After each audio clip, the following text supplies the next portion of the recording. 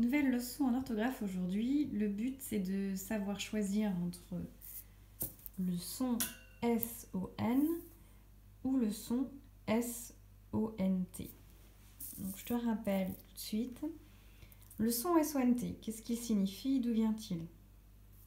C'est le verbe être conjugué au présent à la troisième personne du pluriel. Je suis, tu es, il est, nous sommes, vous êtes, ils sont. S-O-N-T.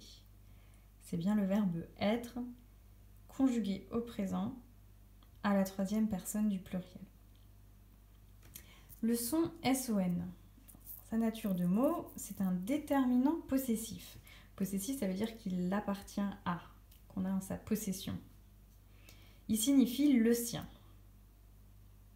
Donc c'est un déterminant possessif, ça veut dire qu'on va le retrouver devant un nom commun et il signifie le sien. Donc ici, on a vu les deux sons, S-O-N ou S-O-N-T. Je te propose une phrase d'exemple. Donc observe bien. On a la phrase suivante. Fanny et son père sont en retard. Donc ici, dans la même phrase, tu as les deux sons et le but est de choisir le bon. Bon, tu as déjà la réponse, mais je vais t'expliquer.